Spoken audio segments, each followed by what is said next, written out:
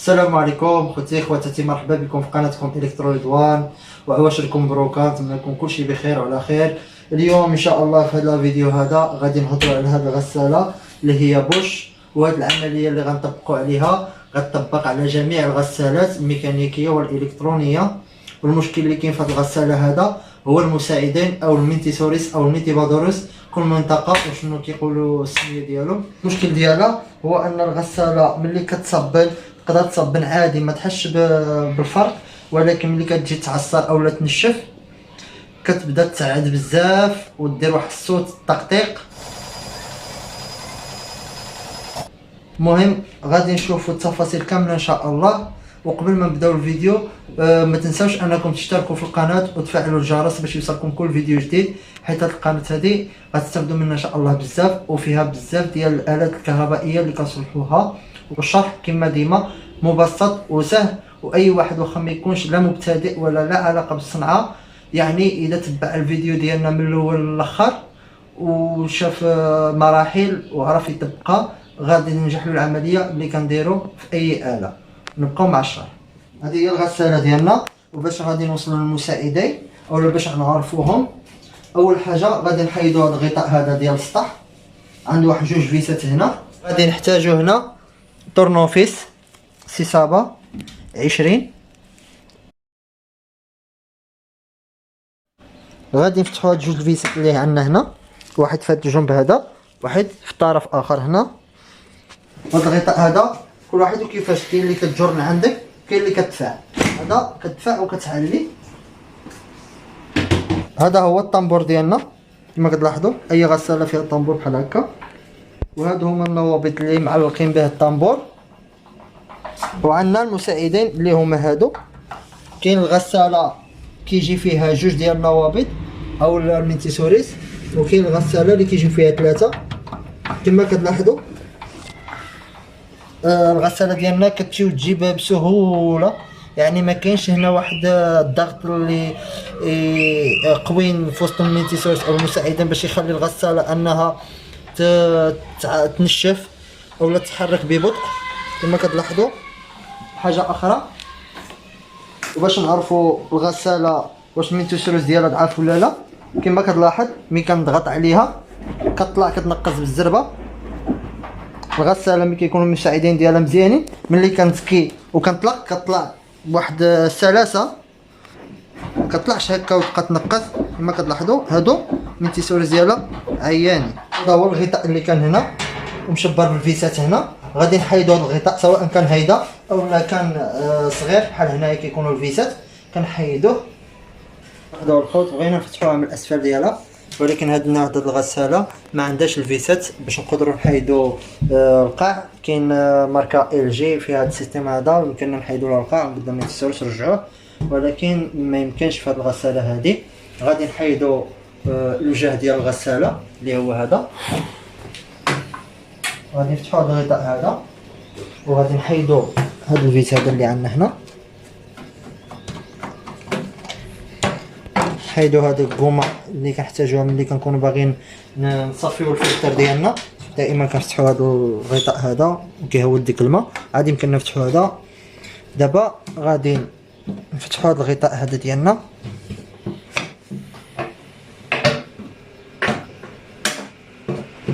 نحاولوا نحيدوا غير شويه باش ما نهرسوش الكرابات اللي هما هادو، حيت اذا تهرسوا لك هادو ملي غتجي ترجعها ما عاد تبقى تفلت اولا تبقى تخرج. غادي نفتحوا هاد جوج الفيسات اللي عندنا هنا، هذا وهذا.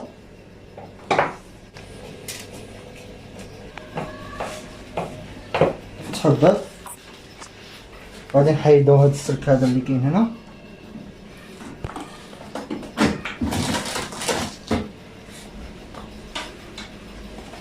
نحيدوا الكومه. البلوكه بورتا هذه ما تجبر عندك الفيسات هنايا، اذا ما جبرتش الفيسات غير غتضغط واحد شويه.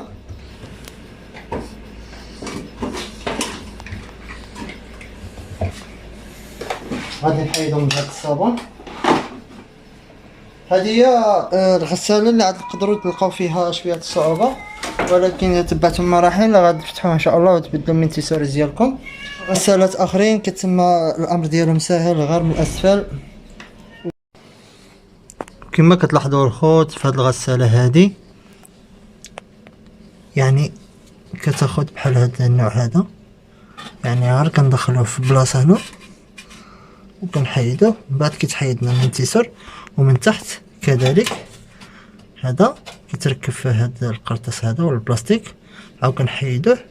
يعني كما كتلاحظوا الغساله ديالنا هي هذه، الاسفل ديالها كيكون خاوي، يعني العمليه سهله باش تحيد من التيسور ديالك. اذا كان عندك نفس النوع يمكن لك تنعسها على الظهر او على الجنب وتحيدهم بكل بساطه. ومهم من بعد ان شاء الله شي فيديو اخر غادي نبين لكم الطريقه كيفاش عامله. اما هنا دابا غنكملوا على الغساله ديالنا. نحتاجو ثاني هذا البلانو، وهنا غادي ندفعو بشويه باش ديك الكرابات ديالنا كيخرجوا من بلاصتو. الفيس الطنيادور ديالنا ولا الطرنوفيس وغادي تحيد. غادي نعليو هاد لاكارت هيدا بشويه باش ما نكسروهاش.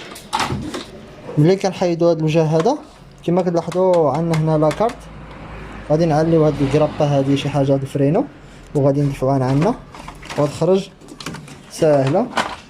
دابا غادي نفسخو هاد الفيس هذا اللي مازال هنا، واحد الفيس عندنا هنا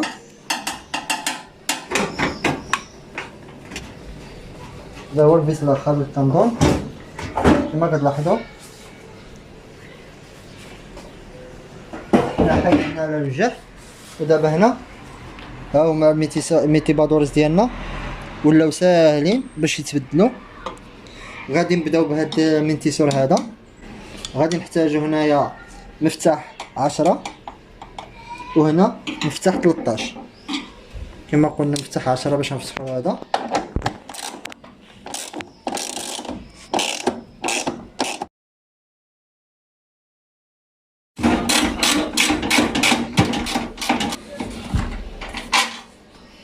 هذا هو الفيس اللي كان تما. ملي حيدنا الفيسات غادي نخرجوا من التيسورز ديالنا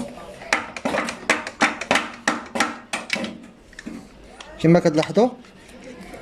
ها كيهود بوحديتو، تا شتي كيش هبط، كيهبط بوحدو. هادو كيكون عنده واحد الجلدات هنا، هاد الجلدات هادو مشاو، هادي مازال مزيانه ولكن هاد الجلده هادي مشات.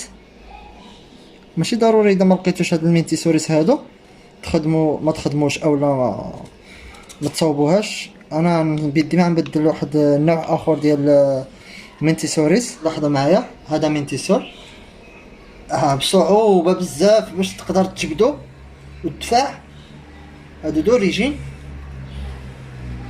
كما كتلاحظوا. هذا اذا طلعته الفوق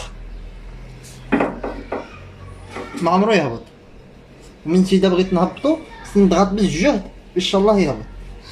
يعني هادو هو الفرق باش كتعرف المينتيسوريس ديالك مزيانين او لا.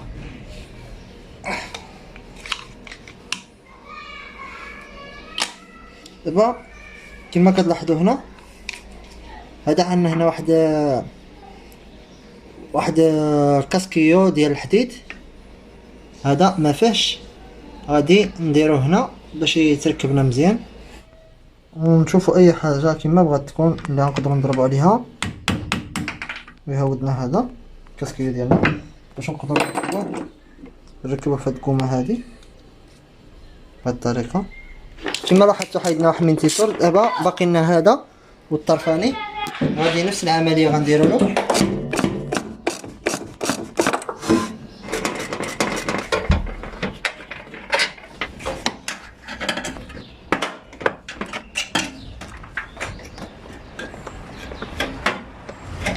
كما كتلاحظوا حتى هذا هو دراسو حتى هذا مشى. دابا باقي لنا هذا، غادي نفتحوا هذا اللي عندنا هنا. هذا هو نفس الطريقه.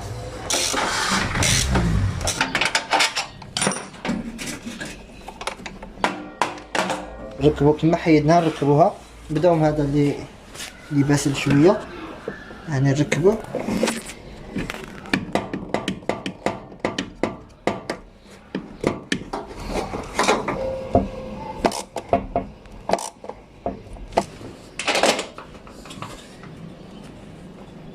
هو رجع الموطور كما كان، غادي نزيروه. المساعد الثاني كما كتلاحظوا كنشدو مزيان وكندفعوه، حنا كندوروه شويه. وهاد زيرت ما نزيروش بزاف حيت هذا غير بلاستيك يقدر يتباصر. نشدو معاه الفيز ديالنا ونركبوه. هذا كيتركب من هاد الجهه.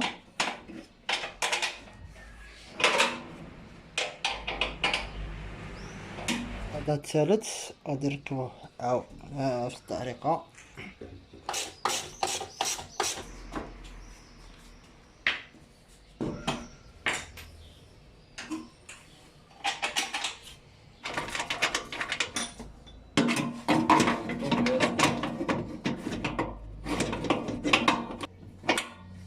دابا كما كتلاحظوا معنا غنرجعوا هذا المجال هذا.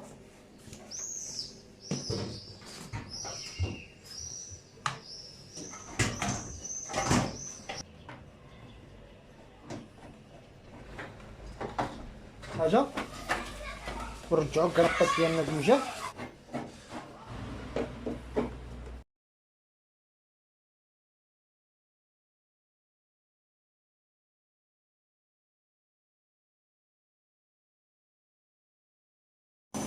كما كتلاحظوا معنا دابا الغساله ديالنا هاديه